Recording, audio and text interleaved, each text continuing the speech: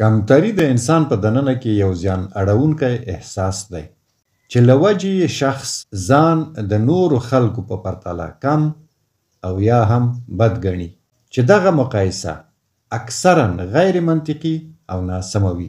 په دغه احساس اخته شخص خپل کوچني عیبونه ډیر غټ ګڼي او برعکس خپلې وړتیاوې او کامیابۍ ورته بې اهمیته ښکاري. د دې عاطفي مشکل مهم اړخونه دا دي: پر ځان انتقاد. شخص اکثره وختونه پرته له رښتینو دلایلو ځان ملامتوي او رټي. د نورو خلکو له نظریاتو څخه ویره لرل. د نورو لخوا ستایل کېدلو ته اړتیا احساسول او په دې باب دایمي تشویش چې نور خلک به د ده په باب منفي فکر کوي. له چیلنجونو څخه تیښته. ناکامېدلو څخه ویره د نوو تجربو کولو مخه نیسي او شخص پرمختګ ته نه پرېږدي. پر خپلو کامیابیو سترګې پټول.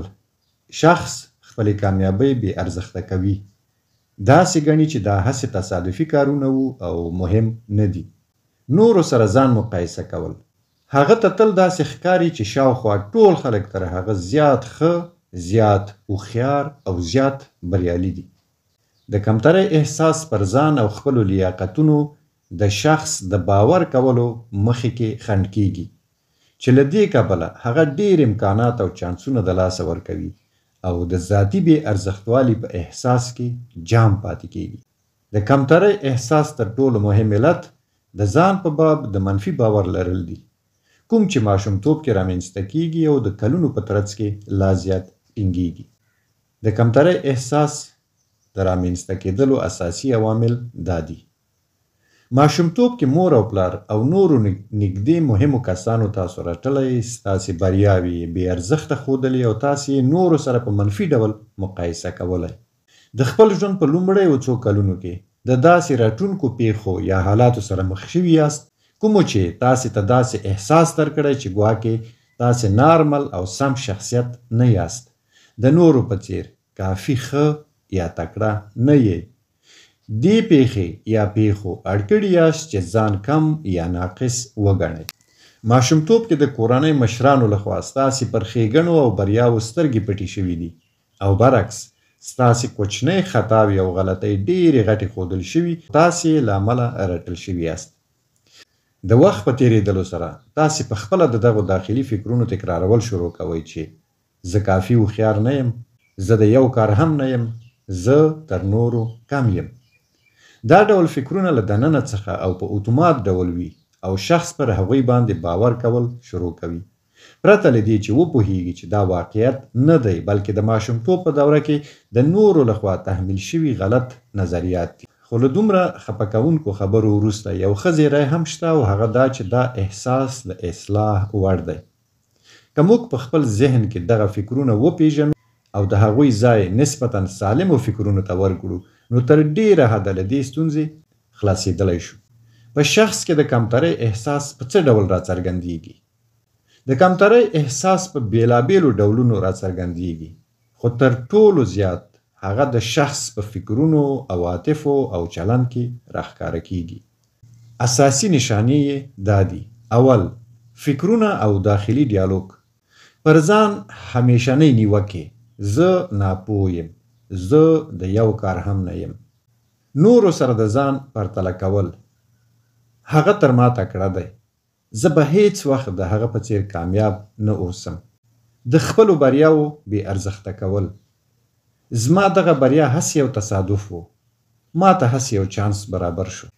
د بدتریو انتظار: که زه دې کار ته لاس واچوم نو حتما به ناکام شم. دوهم، عواطف: وارخطایي او تشویش، په ځانګړې توګه هغو حالاتو کې چیرته چې د نورو لخوا د قضاوت کېدلو او ویره موجوده وي.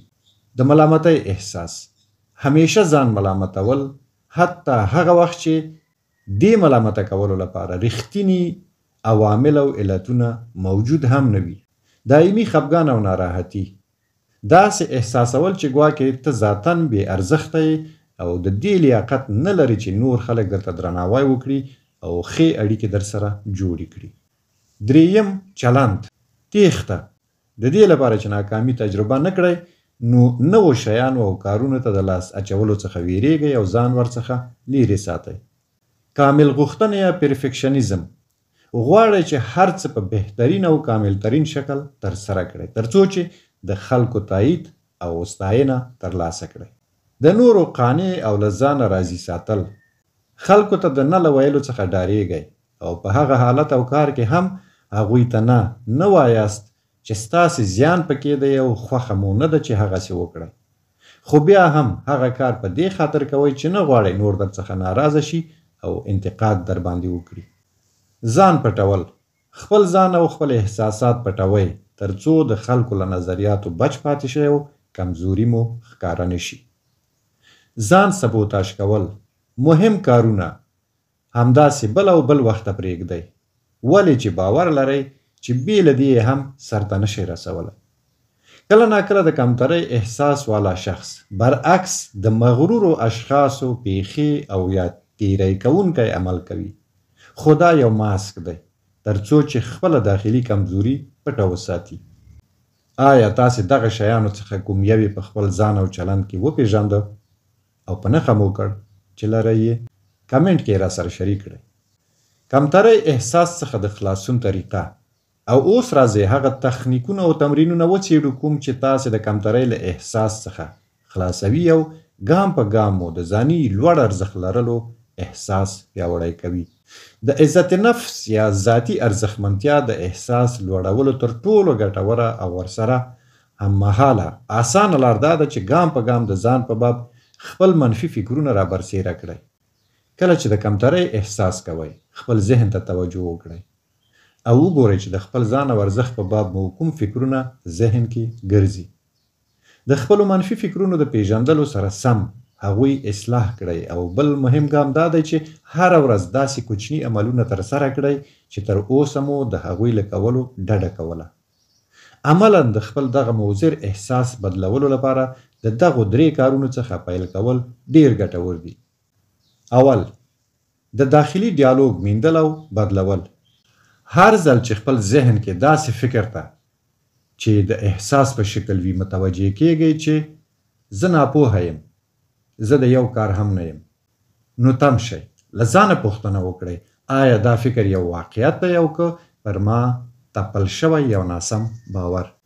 اوس د خپل دغه منفي فکر پر ځای یو نسبتا روغ او منطقي فکر کېږدئ او مثلا ووایاست زه نارمل انسان یم، زه زده کړه کولی شم او زه ځینې کارونه سرته هم رسولی شم او رسولی مې دي. پراکتیک کول. د فکرونو د یادداشت کولو کتابچه جوړه کړئ. د ځان په باب خپل منفي نظریات ولیکئ او سمدستي هغوی د نسبتا سالمو او منطقي فکرونو سره بدل کړئ. یعنی د منفي فکرونو بل لور ته منطقي او نسبتا سالم فکرونه ولیکئ. دلته یوه خبره مهمه ده چې باید پرې پوه شئ. زموږ د کمترۍ احساس د واقعیت پر بنسټ نه دی، بلکې زموږ د غلطو او خطاو باورونو او د هغوی څخه رابهیدونکو منفي فکرونو نتیجه ده. د دې غیر منطقي فکرونو په پرله پسې بدلولو سره د هغوی اغیزه کمیږي او تاسې بالاخره د دغه ناوړه او ناکامونکي احساس څخه خلاصیږئ او عزت نفس مو زیاتیږي. دویم، هره ورځ کوچنۍ بریاوې. یو ساده خو تاسې ته ارزښت لرونکی عمل غوره کړئ. مثلا د یو چا غوښتنې یا امر ته هغه وخت کې د نه ویل کله چې نه غواړئ هغه غوښتنه یا کار ترسره کړئ. یا مثلا داسې یو کار چې په پرله پسې ډول د نن څخه سبا او بیا بلې ورځې ته پرېږدئ. خپلې دغې بریاوې یادداشت کړئ. مثلا نن مې بیا ملګري غوښتل چې زما له موبایل څخه کوم چا ته زنګ ووهي، خو نن ما ورته نه وکړه او ورته ومې ویل چې له خپل موبایل څخه دې زنګ ووهي. نن مې د ملګرو ډله کې خپل نظر بیان کړ او پر هغې ټینګ پاتې شوم. نن سهار وختي پاڅېدم او ورزشي تمرینونه مې ترسره کړل. بل دا چې د ورځنیو کوچنیو بریاوو او مهمو کارونو د یادداشت کولو لپاره یو کتابچه جوړه او هر ماښام په دې کتابچه کې کم تر کم 3 داسې شیان ولیکئ چې نسبتا مهم وو او تاسې د همدې ورځې په ترڅ کې ترسره کړي دي. مثلا نن سهار مې غاښونه برس کړل. نن مې خپل یو ملګري یا دوست ته زنګ وواهه چې دا ډیر وخت مې پوښتنه نه وه کړې. نن مې د یو ګڼه ګوڼې ډک سړک ترڅنګ یو ماشوم ولیده چې غوښتل یې بلې غاړې ته واوړي او دا خطر موجوده چې موټر یې ووهي. هغه مې ترلاسه ونیوه او بل لوري ته مې تیر کړ او داسې نورې هغه کوچنۍ پیښې یاداشت کړئ چې تاسې ترسره کړي دي او تاسې ته مهمې دي. دریم، د عمل له لارې د خپل عزت نفس لوړول. کله چې تاسې عملی نتایج ووینئ نو ورسره سم ستاسې د ځاني ارزښت احساس هم پیاوړی کیږي. له هغو عملونو یې پیل کړئ کوم چې ستاسې د طبیعت او ارزښتونو سره برابر دي. که غواړئ چې مستقل او خپلواک شخص اوسئ پر دې لور ګامونه واخلئ. حتی که دغه ګامونه او کړنې ډېرې کوچنۍ هم وي.